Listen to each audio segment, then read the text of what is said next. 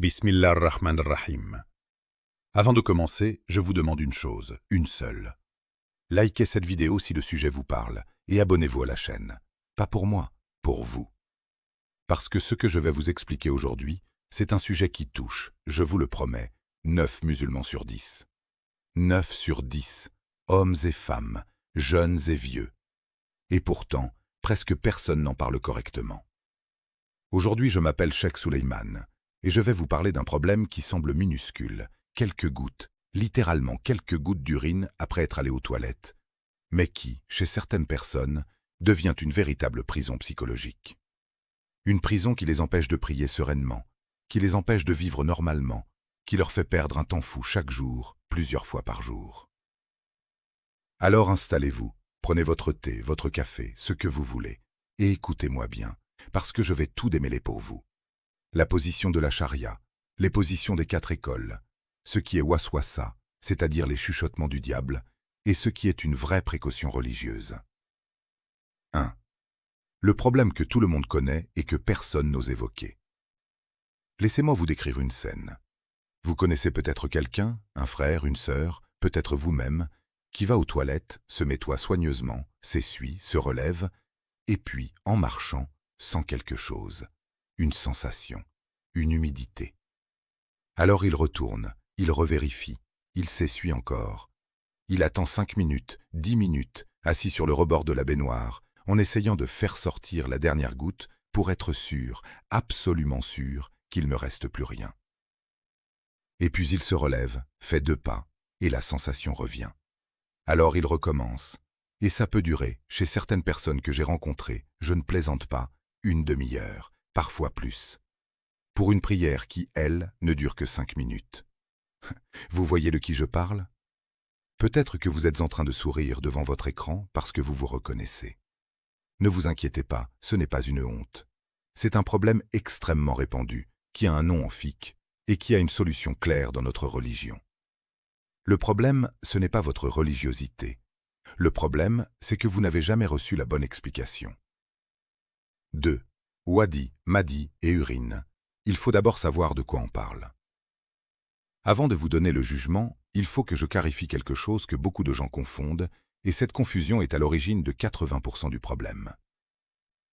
Il existe plusieurs types de sécrétions qui peuvent sortir de l'organe génital, et elles n'ont pas toutes le même statut. Premièrement, il y a le bawl, l'urine elle-même. C'est une najasa, une impureté, cela ne fait aucun doute, il y a ijma, consensus là-dessus. Deuxièmement, il y a le madi, un liquide clair, visqueux, qui sort en cas d'excitation sans éjaculation. Le madi est également najis, impur, selon la majorité des savants, mais son traitement diffère légèrement. On doit laver l'organe et faire wudu, sans obligation de ghusl. Troisièmement, il y a le wadi, un liquide blanchâtre et épais, qui sort généralement après l'urine ou après un effort physique, sans rapport avec l'excitation sexuelle. Le wadi est également considéré najis par la majorité. Et là où beaucoup de gens se perdent, après être allés uriner, ce qui reste parfois en toutes petites gouttes, ce n'est souvent pas de la vraie urine qui continue à s'écouler. C'est très souvent une sensation, une humidité résiduelle dans le canal, ou du wadi, ou simplement rien du tout. Une pure illusion mentale. Et c'est exactement là que que je veux vous amener. À faire la différence entre une réalité physique et une illusion psychologique qu'on appelle en arabe al-waswasa. 3. Al-istibra, la précaution prophétique, mais pas l'excès. Dans notre religion, on nous a enseigné le concept d'al-istibra, c'est-à-dire s'assurer, se purifier soigneusement après avoir uriné, pour ne pas prier avec de l'urine sur soi ou dans ses vêtements. Il y a un hadith extrêmement important à ce sujet, rapporté par Al-Bukhari et Muslim. Le prophète, que la paix et le salut d'Allah soient sur lui, est passé près de 2 tombes et a dit que les 2 personnes qui y étaient enterrées étaient punies. Et il a précisé, quant à l'un, il ne se protégeait pas de son urine, c'est-à-dire qu'il ne prenait pas soin de se purifier correctement après avoir uriné. Ce hadith, mes frères et sœurs, est la base de toute la discussion. Il nous montre que la négligence envers l'urine est une affaire grave en islam. Mais, et c'est un mais absolument essentiel, ce hadith parle de négligence, pas d'obsession. Il parle de la personne qui urine et s'en va sans se nettoyer, sans faire attention, pas de la personne qui reste 20 minutes à essorer son corps comme un linge. L'équilibre islamique, c'est toujours le juste milieu. Ni la négligence totale, qui était le défaut de l'homme dans la tombe, ni l'exagération obsessionnelle, qui est un piège tout aussi dangereux, mais dans l'autre sens. 4. Les positions des 4 écoles juridiques. Je vais maintenant vous exposer, brièvement, ce que disent les 4 grandes écoles sur ce sujet, parce que je sais que beaucoup d'entre vous aiment comparer les positions. Cela vous permettra de voir qu'il y a un consensus assez large sur les principes de base, même si les détails diffèrent légèrement. L'école hanafite considère que la pureté après l'urine s'établit par une action raisonnable. Marcher un peu, tousser légèrement, ou simplement attendre que l'écoulement naturel s'arrête, sans excès. Les hanafites insistent beaucoup sur le fait de ne pas transformer cela en rituel obsessionnel. L'école malikite est très claire sur ce point. Elle considère que si une personne est connue pour souffrir de ce genre de doute répété, ce qu'on appelle un maour ou une personne atteinte de salas al-baoul, l'incontinence par goutte, cette personne n'est pas tenue de refaire ses ablutions à chaque doute. Elle doit faire une istibra raisonnable une seule fois, puis elle est considérée pure jusqu'à preuve du contraire. L'école chaféite insiste sur le fait que le doute après la certitude ne compte pas. C'est un principe juridique fondamental qu'on retrouve dans plusieurs hadiths. Al-yakin la yuzalu bi-ash-shak. La certitude n'est pas levée par le doute. Si vous étiez certain d'être pur avant, un simple doute après ne suffit pas à annuler cette certitude.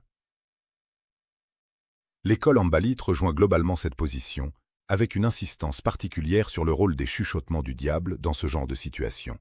Ce qui m'amène directement à mon point suivant, qui est peut-être le plus important de toute cette vidéo. 5. Al-waswasa, quand le diable s'installe dans votre salle de bain. Écoutez-moi bien, parce que c'est le cœur du sujet. Ce qu'on appelle al-waswasa, ce sont les chuchotements insidieux de Shaitan, dont le rôle est précisément de rendre l'adoration pénible, de créer du doute là où il n'y en a pas besoin, et de transformer un acte simple, se purifier, en un fardeau psychologique insupportable. Le prophète, que la paix et le salut d'Allah soient sur lui, a lui-même été confronté à des compagnons qui souffraient de ce genre de doute, notamment concernant la prière et les vents qu'il croyait sentir sortir pendant la salate. Il a dit, dans un hadith authentique rapporté par Al-Bukhari et Muslim, qu'il ne quitte pas la prière jusqu'à ce qu'il entende un son ou sente une odeur. Autrement dit, tant que vous n'avez pas de certitude physique, un son, une odeur, une preuve tangible, le simple doute ne compte pas. Ce principe s'applique exactement à notre sujet. Si après être allé aux toilettes, vous vous êtes nettoyé, vous avez fait une istibra raisonnable, et que vous ressentez ensuite une sensation vague, une humidité que vous ne pouvez pas confirmer, ce n'est pas une raison suffisante pour recommencer vos ablutions, encore moins pour rester bloqué dans la salle de bain pendant 20 minutes. Je vais vous dire quelque chose que beaucoup de savants contemporains répètent, et je le répète moi aussi avec insistance. Plus vous cédez au doute, plus le doute grandit. C'est une loi psychologique et spirituelle. Le shaitan ne s'arrête jamais de lui-même. C'est vous qui devez lui fermer la porte, fermement, une bonne fois pour toutes. 6. Une histoire qui m'a marqué. Je me souviens d'un jeune homme qui est venu me voir il y a plusieurs années. Un frère sincère, pratiquant, qui priait ses 5 prières, qui avait mémorisé une bonne partie du Coran. Mais il m'a raconté qu'il passait, chaque jour, environ 2 heures, rien que pour la purification avant les prières, à cause de ce doute sur les gouttes d'urine. Il ne pouvait plus voyager normalement, il évitait les repas en groupe parce qu'il avait peur de ne pas avoir le temps de faire son rituel. Il avait même commencé à porter des mouchoirs en papier dans ses sous-vêtements en permanence, changés toutes les 20 minutes. Ce frère souffrait, sincèrement, et sa souffrance venait d'une bonne intention. Il voulait plaire à Allah, il voulait que sa prière soit acceptée. Mais cette bonne intention avait été détournée par le shaitan, qu'il avait transformé en esclave d'un rituel sans fin. Je lui ai donné, ce jour-là, exactement ce que je vais vous donner maintenant. Une méthode claire, simple, basée sur la sunna, pour couper court à ce cercle vicieux. Et quelques mois plus tard, il est revenu me voir, méconnaissable, léger, apaisé. Alhamdulillah. 7. La méthode pratique. Comment se purifier correctement une bonne fois pour toutes. Voici concrètement ce qu'il faut faire. Premièrement, après avoir uriné, faites une istibra raisonnable. Cela peut être essuyer la zone avec du papier ou de l'eau, tousser légèrement ou marcher quelques pas si c'est votre habitude. Attendre quelques secondes, pas 15 minutes, quelques secondes. Deuxièmement, une fois cette étape terminée, considérez-vous pur. Point final. Ne revenez pas en arrière, sauf si vous voyez, de manière certaine et visible, une trace d'humidité sur votre vêtement ou sur votre peau. Pas une sensation, une preuve. Troisièmement, si vous êtes une personne qui souffre chroniquement de ce genre de fuite, ce qui existe médicalement, et qui touche particulièrement certaines personnes âgées ou certaines personnes ayant des troubles de la prostate, sachez que la charia a prévu votre cas. Vous êtes considéré comme marour, c'est-à-dire une personne excusée. Vous faites wudu juste avant chaque prière obligatoire, vous placez si besoin un tissu ou une protection, et vous priez avec cette purification, même si des gouttes continuent à sortir pendant la prière. Ce cas est comparé, dans nos livres de fiqh, à celui de la femme qui a des saignements irréguliers en dehors des règles, istihada. Allah ne charge personne au-dessus de ses capacités. Quatrièmement, et c'est peut-être le conseil le plus important, ignorez le doute. Littéralement, entraînez-vous à l'ignorer. Quand la pensée vous vient, peut-être qu'il reste une goutte, dites-vous intérieurement « A'udhu billahi minash shaitanir rajim » je cherche refuge auprès d'Allah contre le diable banni, et continuez votre chemin. Ne retournez pas vérifier. Chaque fois que vous cédez, vous nourrissez le doute pour la prochaine fois. 8. Ce que disent les savants contemporains. Le cheikh Ibn Uthaymin, qu'Allah lui fasse miséricorde, a été interrogé à de multiples reprises sur ce sujet précis, tant il est courant parmi les gens. Sa réponse était constante. Celui qui souffre de doutes répétés après l'urine doit se contenter d'une istibra normale et ne doit absolument pas se laisser entraîner par le waswasa, qui est, selon ses propres mots, une porte que le shaitan utilise pour épuiser le croyant et le détourner de l'adoration sereine. Cheikh Ibn Baz, également, a insisté sur ce même principe. La base est la certitude, pas le doute. Un musulman qui a fait sa purification correctement, une fois, ne doit pas revenir en arrière pour un simple soupçon. Et je peux vous dire, d'après mon expérience, que ces avis ne sont pas de simples théories religieuses. Ce sont des remèdes psychologiques et spirituels, testés, éprouvés, qui ont soulagé des milliers de musulmans à travers le monde. 9. Distinguer précautions religieuses et troubles obsessionnels. Je veux insister sur un point que je considère fondamental, et que beaucoup de prêcheurs n'osent pas aborder franchement. Ce que je viens de vous décrire, ces personnes qui passent des heures à vérifier, à revérifier, à douter sans cesse, cela porte un nom en psychologie moderne. Le trouble obsessionnel compulsif, ou TOC. Appliqué à la sphère religieuse, ce que les chercheurs appellent parfois le scrupule religieux. Ce n'est pas une maladie de la foi, ce n'est pas un manque de piété. Au contraire, ce sont souvent les personnes les plus soucieuses de plaire à Allah qui tombent dans ce piège, précisément parce que leur désir de bien faire est détourné par le shaitan vers l'excès. Si malgré l'application de ce que je viens de vous expliquer, la méthode simple, l'istibra raisonnable, le refus catégorique de céder au doute, l'invocation de protection, vous continuez à souffrir de ce genre de pensées envahissantes, sachez qu'il n'y a absolument aucune honte à consulter, en parallèle, un professionnel de santé mentale.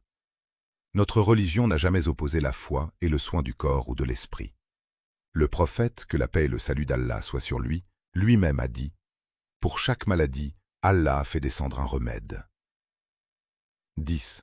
Un dernier appel avant de conclure. Mes frères, mes sœurs, la religion d'Allah est une religion de facilité, pas de difficulté. Allah dit dans le Coran « Allah veut pour vous la facilité, il ne veut pas pour vous la difficulté. » Sourate Al-Baqarah, verset 185.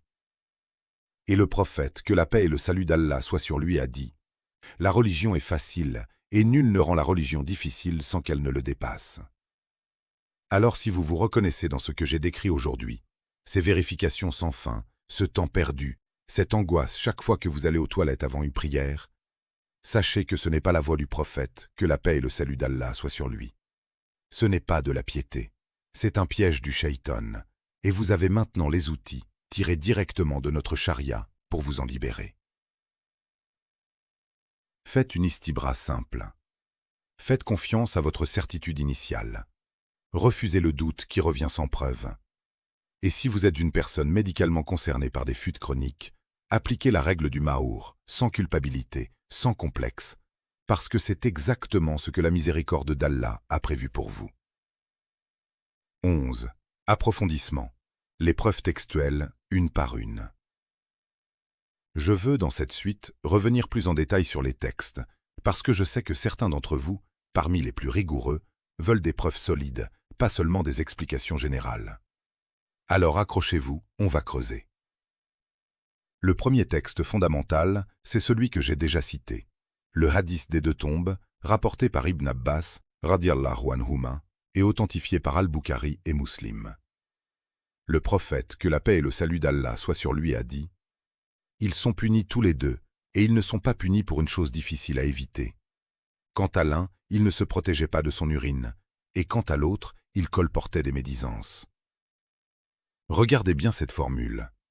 Ils ne sont pas punis pour une chose difficile à éviter. Cela signifie que la précaution nécessaire contre l'urine est une chose facile, accessible, pas un rituel épuisant. Si le prophète, que la paix et le salut d'Allah soient sur lui, avait voulu nous imposer 20 minutes de vérification à chaque miction, il n'aurait jamais employé cette expression. Ce hadith condamne la négligence pure, celle de l'homme qui urinait et repartait sans la moindre attention, pas le musulman qui fait un effort raisonnable. Le deuxième texte essentiel, c'est le hadith d'Abdullah ibn Zayd, radiallahu anhu, rapporté également par Al-Bukhari et Muslim, où un homme se plaint au prophète, que la paix et le salut d'Allah soient sur lui, de douter pendant la prière, pensant avoir laissé échapper un vent. Le prophète, que la paix et le salut d'Allah soient sur lui, lui répond qu'il ne quitte pas la prière jusqu'à ce qu'il entende un son ou sente une odeur. Les savants ont extrait de ce hadith une règle juridique majeure, appelée Qaïda fiqhliya, al-yakin la yuzalu biashak. La certitude n'est jamais levée par un simple doute. Cette règle ne s'applique pas uniquement au cas du vent pendant la prière. Elle s'étend à toutes les situations similaires, y compris notre sujet du jour. Si vous êtes certain d'être pur, une sensation vague, non confirmée, ne suffit jamais à annuler cette certitude. Le troisième texte, c'est un hadith rapporté par Abu Daoud et authentifié par plusieurs savants, où le prophète, que la paix et le salut d'Allah soient sur lui, a enseigné à ses compagnons, notamment à propos de la femme souffrant d'istirada, un flux de sang irrégulier hors des règles, qu'elle doit simplement se laver, mettre un tissu ou une protection et prier normalement, sans se laisser distraire par ce qui continue à s'écouler. Ce cas, mes frères et sœurs, est exactement analogue à celui de la personne souffrant de fuite chronique d'urine. La logique juridique est identique. Quand une contrainte physique devient chronique et échappe au contrôle de la personne, la charia allège l'obligation plutôt que de l'alourdir. 12. Cas pratique numéro 1. La personne qui utilise les toilettes publiques. Je reçois énormément de questions sur ce cas précis, alors laissez-moi y répondre directement. Vous êtes au travail, ou à la mosquée, ou dans un centre commercial, l'heure de la prière approche, et vous devez utiliser des toilettes publiques, parfois sans eau suffisante, parfois avec juste du papier. Que faites-vous? La réponse est simple. Vous faites de votre mieux avec les moyens disponibles. Vous vous essuyez soigneusement avec le papier disponible, vous attendez quelques secondes et vous considérez cela suffisant. Il n'y a aucune obligation d'utiliser exclusivement de l'eau. D'ailleurs, les hanafites, entre autres, valident totalement l'usage du papier ou d'un tissu propre tant qu'il absorbe correctement l'humidité et que la zone redevient sèche et propre. Beaucoup de frères, par excès de scrupules, refusent de prier tant qu'ils n'ont pas trouvé de l'eau, quitte à rater le début de la prière en congrégation, quitte à stresser toute la journée. Ce n'est pas nécessaire, le papier fait le travail, à condition d'être utilisé correctement. Plusieurs passages jusqu'à ce que la zone soit sèche et qu'il n'y ait plus de traces visibles sur le papier lui-même. 13. Cas pratique numéro 2. Le voyage et les contraintes de temps. Deuxième cas très courant. Vous êtes en voyage, dans un avion, dans un train, ou simplement pressé par le temps, et vous n'avez pas la possibilité de faire un rituel long. Là encore, la règle est la même. Istibra raisonnable, rapide, efficace, et on passe à autre chose. Je me souviens d'un frère qui m'a raconté qu'il ratait systématiquement ses correspondances d'avion parce qu'il restait enfermé dans les toilettes de l'aéroport à vérifier encore et encore avant chaque prière. Il a fini, à force de pratiquer la méthode que je vous ai donnée, par diviser ce temps par 10. D'une vingtaine de minutes, il est passé à moins de 2 minutes. Et sa prière, elle, n'a strictement rien perdu en validité. Parce que la validité d'une prière ne dépend pas du temps que vous passez à vous purifier, mais du respect des conditions minimales fixées par la charia. 14. Cas pratique numéro 3. Les hommes âgés et les problèmes de prostate. C'est un sujet que je tiens à aborder avec beaucoup de délicatesse, parce qu'il concerne énormément d'hommes, en particulier après un certain âge, et c'est souvent un sujet tabou, presque honteux, dont on n'ose pas parler ouvertement. Avec l'âge, ou à cause de certains problèmes médicaux liés à la prostate, il est extrêmement fréquent que des hommes ressentent un écoulement résiduel d'urine, de manière répétée et involontaire, sur plusieurs minutes voire plus, après être allés aux toilettes. C'est une réalité physiologique, pas un manque de piété, pas une punition, pas un signe de faiblesse spirituelle. Pour ses frères, la règle islamique est claire et miséricordieuse. Vous êtes considéré maour, c'est-à-dire excusé de cette contrainte. Voici la méthode concrète. 1. Faites votre istibra du mieux que vous pouvez, sans chercher la perfection absolue, qui de toute façon vous est physiquement inaccessible. 2. Placez un tissu absorbant ou une protection adaptée si l'écoulement est régulier. 3. Faites vos ablutions juste avant l'entrée du temps de la prière obligatoire, pas des heures avant. 4. Priez avec cette purification, même si un peu de liquide continue à s'écouler pendant la prière elle-même. Votre prière est valide, Allah le sait. Allah connaît votre situation, et il n'impose à personne ce qu'il ne peut supporter. Je le répète pour que ce soit bien clair, parce que je sais que certains frères dans cette situation culpabilisent énormément. Votre prière est valide. Ce n'est pas une prière de seconde catégorie, c'est une prière acceptée par Allah, dans les mêmes termes que n'importe quelle autre, à condition d'avoir appliqué cette méthode d'excuse légale, ce qu'on appelle en fiqh hukm al-maour, le statut de la personne excusée. 15. Cas pratique numéro 4. Les femmes et les sécrétions vaginales. Un mot également pour mes sœurs, parce que la question se pose différemment pour vous, et je sais que beaucoup d'entre vous se posent des questions similaires concernant les sécrétions vaginales normales, distinctes de l'urine. Les sécrétions vaginales habituelles, appelées al-rotuba en fiqh, font l'objet d'un léger désaccord entre les savants quant à leur statut de pureté. Mais la position la plus solide, retenue par de nombreux savants contemporains, dont Cheikh Ibn Ousaymin, est qu'elles sont pures, tahira, sauf si elles sont mélangées à autre chose, comme l'urine elle-même. Pour une femme qui souffre d'un écoulement fréquent et gênant, la même logique de miséricorde s'applique. Une protection adaptée, une purification raisonnable avant chaque prière, et pas d'obsession à changer de vêtements 10 fois par jour ou à refaire ses ablutions à chaque sensation. 16. Le piège du perfectionnisme spirituel. Je veux m'arrêter un instant sur quelque chose de plus profond, quelque chose qui dépasse largement notre sujet technique du jour. Beaucoup de musulmans sincères tombent dans ce que j'appelle le piège du perfectionnisme spirituel. Ils pensent inconsciemment que plus ils souffrent, plus ils doutent, plus ils se fatiguent dans l'accomplissement d'un acte d'adoration, plus cet acte a de la valeur aux yeux d'Allah. C'est une erreur fondamentale, et c'est précisément l'un des outils favoris de Shaitan. Le Shaitan ne cherche pas toujours à vous éloigner de la religion en vous poussant vers le péché évident, l'alcool, la fornication, le vol. Non, avec les musulmans sincères et pratiquants, il utilise une stratégie plus subtile. Il les pousse vers l'excès dans l'adoration elle-même, jusqu'à ce que cette adoration devienne un fardeau si lourd qu'elle finit par les épuiser, les décourager, voire, dans les cas les plus graves, les éloigner complètement de la pratique religieuse par pur épuisement. Aïcha radiallahu anha a rapporté que le prophète, que la paix et le salut d'Allah soient sur lui, a dit « La religion la plus aimée d'Allah est la plus constante, même si elle est peu abondante. » Ce hadith nous enseigne que la valeur d'un acte ne se mesure pas à son intensité ponctuelle ou à la souffrance qu'il engendre, mais à sa régularité, sa sérénité, sa durabilité. 17. Comment reconnaître que vous êtes tombé dans le waswasa?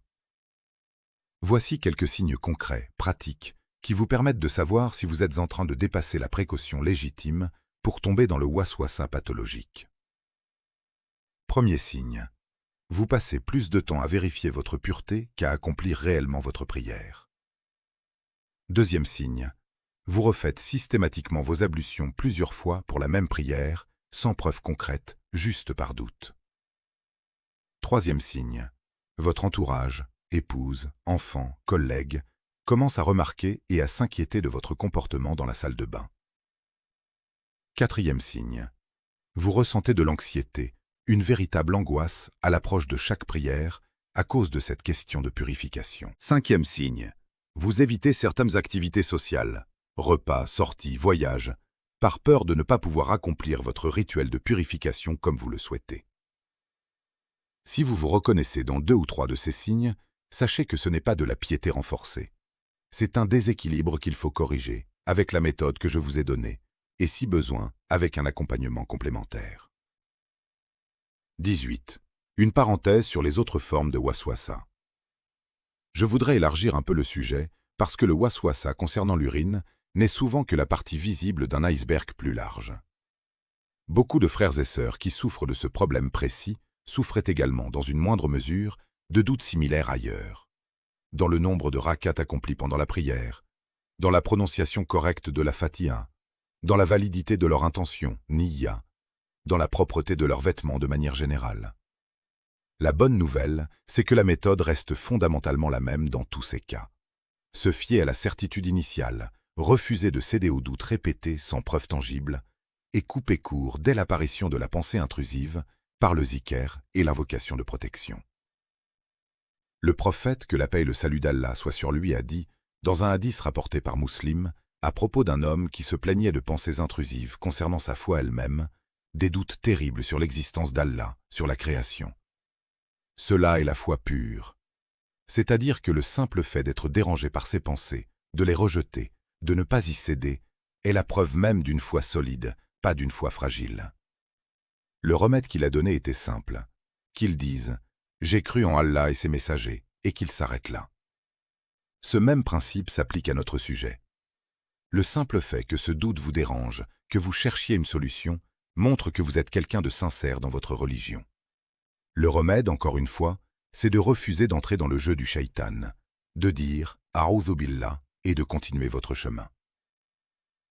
19. Message aux parents. Un dernier point avant de conclure cette partie. Si vous êtes parent et que vous remarquez ce genre de comportement chez votre enfant, un fils par exemple, qui commence à passer un temps anormalement long aux toilettes avant chaque prière, n'ignorez pas ce signal, mais n'en faites pas non plus une crise dramatique. Asseyez-vous avec lui, expliquez-lui, avec douceur, exactement ce que je viens de vous expliquer aujourd'hui. Beaucoup de ces habitudes se forment à l'adolescence, souvent par excès de scrupules religieux mal encadrés. Et si elles ne sont pas corrigées tôt, elles peuvent s'installer durablement, parfois pendant des décennies, comme j'en ai vu de nombreux cas chez des adultes qui traînaient ce fardeau depuis l'enfance, sans jamais avoir reçu la bonne explication. Pour résumer tout ce que nous avons vu aujourd'hui, l'urine est une impureté, cela ne fait aucun doute, et la précaution contre elle est une obligation religieuse claire, appuyée par un hadith authentique et sévère sur ce point. Mais cette précaution doit rester raisonnable, proportionnée, rapide, une istibra simple, pas un rituel de vérification sans fin. La certitude n'est jamais levée par un simple doute. Une fois votre purification accomplie correctement, vous êtes pur, et vous le restez jusqu'à preuve concrète et tangible du contraire, pas une sensation vague, pas une inquiétude passagère.